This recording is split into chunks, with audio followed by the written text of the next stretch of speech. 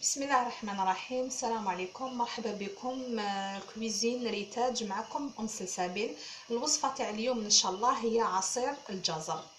نبداو بالمقادير ان شاء الله على بركه الله. عندنا رطل تاع زروديه، عندنا نص كاس تاع قارص، السكر حسب الذوق يعني كيما تحبي حلو ولا شويه شويه، عندنا الماء، وعندنا باكا تاع ياغورت تاني حسب الذوق، وعندنا لي زاغوم. انا اليوم لي زاغوم استعملت تاع الخوخ واستعملت تاع البنان. تقدري تاني ديري تاع المشماش، راهم متواجدين كامل في المحلات تاع الحلويات. نبداو على بركه الله في كيفيه التحضير. انا زروديه هنا قطعتها، يعني ما يهمكش الشكل قطعيها، تحبي تفوريها تحبي تغليها، هي من الاحسن تفوريها باش هذاك الماء ما نخسروهش تاعها. نبداو بسم الله.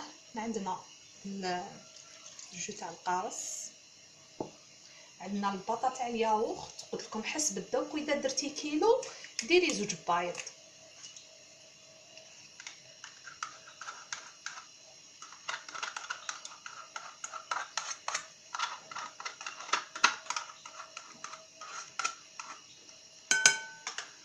هنا عندنا الخوخ، الغوم تاع الخوخ نديرو غير شويه برك هكذا، ولا حبيتي ديري مشماش ديري تاني يمدلها الكو ما شاء الله.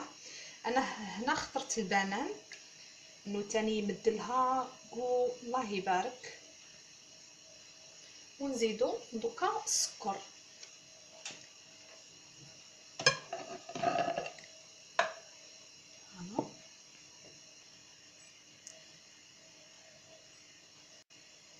انا هنا السكر ندير نص كاس ومن بعد نشوف، يعني السكر انتي واش تحبي.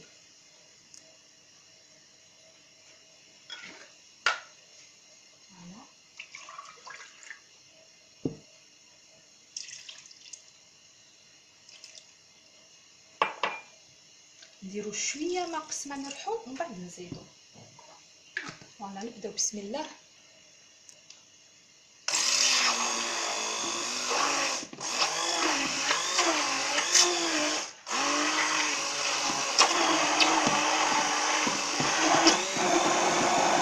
واش نقول لكم حباباتي، غير ما شاء الله في البنه وما يبانش كامل باللي زروديه، يعني تجربوه راهم ما شاء الله. واش نقول لكم، اذا عجبتكم الوصفه جام واشتركوا في القناه حتى يصلكم جديدي في الطبخ، ونقول لكم بقاو على خير في وصفات اخرى ان شاء الله. السلام عليكم.